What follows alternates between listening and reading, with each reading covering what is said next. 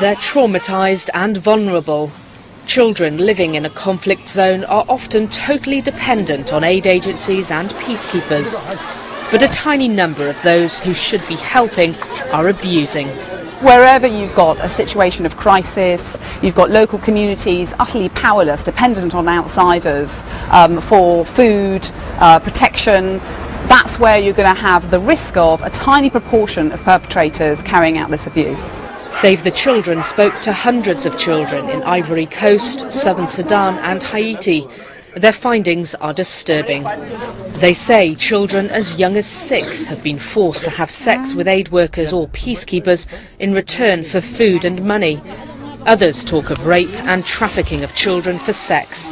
It's anyone's guess how many victims are still suffering in silence.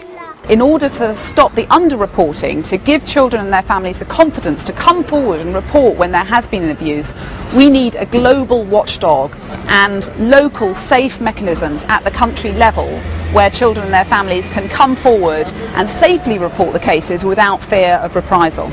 Other charities and the United Nations are supporting the call for a global watchdog, aware that with a workforce of hundreds of thousands, there will always be a tiny number willing to abuse their power.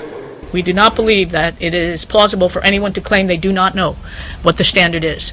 So if this still goes on, and it is going on, because we continue to have reports through our own mechanisms, as inadequate as they are, we still have to take action.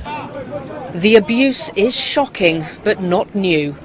The United Nations has been dogged by this problem since the early 1990s, when a number of UN peacekeepers in Cambodia were charged with sexually abusing girls.